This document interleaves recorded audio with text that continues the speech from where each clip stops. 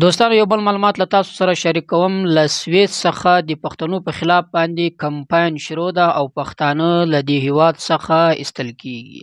د چا په خوښه باندې څوک دا کار کوي چې پښتانه د دې تر شا مثلا د دې تر شا یو کمپاین شروع ده او پښتانه له دې ځای څخه باسي او مو پښتانه باید د دې په حق باندې څه وکړو، څه کول پکار دي. نو راځي د فاطمه صاحب دا ویلو وګورو. دا معلومات له تاسو سره د فاطمه صاحب شریک کوم.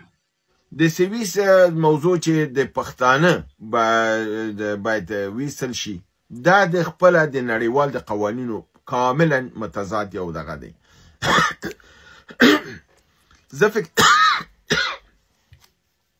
معذرت غواړم، زه فکر نه کوم چې دا کار د سویس حکومت په خپل دا پیشنهاد یا د نظر ځکه چې هغه د ژنیو د کنوانسیون بنیانګذارانو نه دي، مؤسسین نه دي او امضا کوونکو نه دي. او هغه او دا کار چې د پښتو ژبې په اساس باندې د قوم په اساس باندې دا په خپل د ژنیو د معاهدې خلاف دی، ځکه الته د قوم او د ژبې په اساس باندې چې چاته ضرر رسیږي پناه ورکول کیږي، نه متضرر کیږي چې ویستل شي.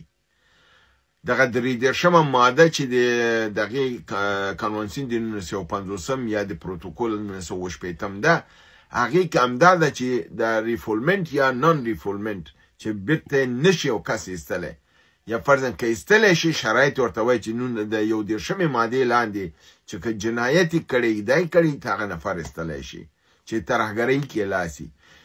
دا کوم ترهګري چې جرمني کې یا په اروپا کې شوې ده، هغې کې یو هم پښتون نه و. هغه کسانو چې هغه ویل ما افغان نیستم، نو ته که هغه وایي ما افغان نیستم او ته پې پښتانه به وباسې، دا خلاف د قوانینو دی، دا خلاف د ژبې د قوانینو دی. فلهذا دا تخطی د حقوق بشر د 1948 او د 1988 د دواړو دغه قوانینو چې یو ته یونیورسل ډیکلیریشن ته وایي او بل ته هیومن رایټس ډیکلیریشن وایي، نو د دواړو ډیکلیریشنونو خلاف دی. دا قابل د تایید نه دی. او دا کار چې الته څوک کوي هغه د جبهه مقاومت استازي دي، هغه د یهودانو لابي ده، لوی شیطانان دي او هغه د قومیت ته لمن وهي، ژبې ته لمن وهي او دغه تضاد او دا کوي. او فکر نه کوم چې نړۍ کې څوک دی سره ودرېږي په دې شکل چې په تنه، ځکه تنه د پښتون ته په دې رقم نشي ایستلی او پښتون په دې رقم نشي کوي، ځکه دا خپل قانون د خپل لاندې کوي. فلازه دا نقد کیږي او دا قابل د تایید نه دی.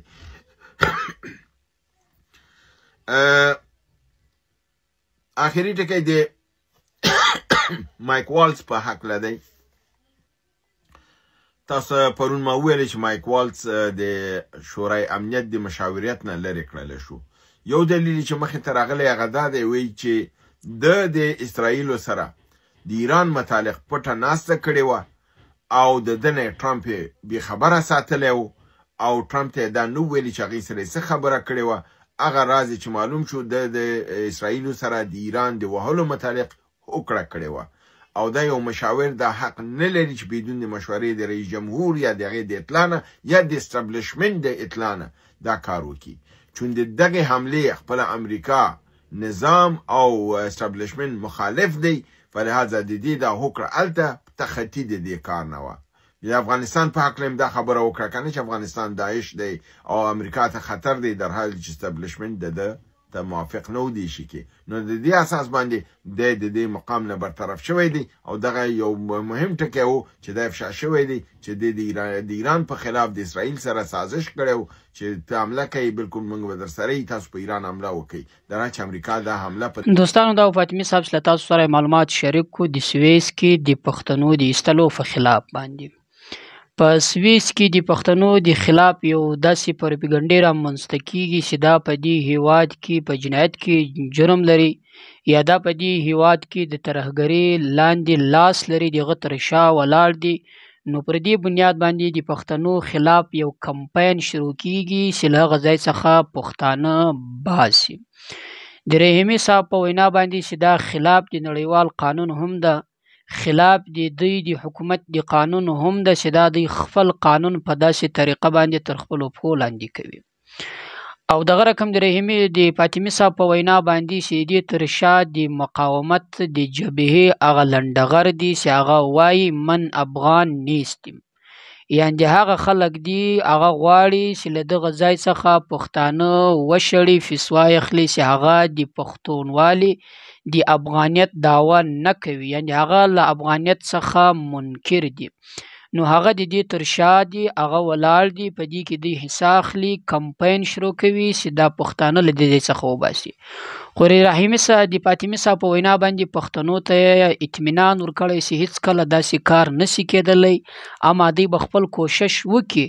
دوی خو غواړي چې له دې ځای څخه پښتانه وشړي، دوی خپل کوشش مکمل کوي، خو په دې کوشش کې دوی ناکامه دي، سر ته نشي رسېدلی او دوی نشي کولی چې پښتانه له دغه ځای څخه فسي واخلي، له دې سویس هیواد څخه. نو دغه د ده په وینا باندې چې کم څوک د دې تر شا لاس لري هغه لنډغر دي، هغه د جبهې مقاومت والا دي چې هغه نه غواړي پښتون وساسي، هغه نه غواړي پښتانه په امن کې زندگی وکړي، هغه نه غواړي چې پښتانه په دې هیواد کې نور ووسیږي. خو د فاطمي صاحب په وینا باندې د دوی دا ارمان به هیڅ کله نشي پوره چې دوی وایي چې له سویس څخه د پښتانه وشړل سي او له دې حکومت څخه غواړي چې پښتانه د له دې ځای څخه فسوا اخیستل سي.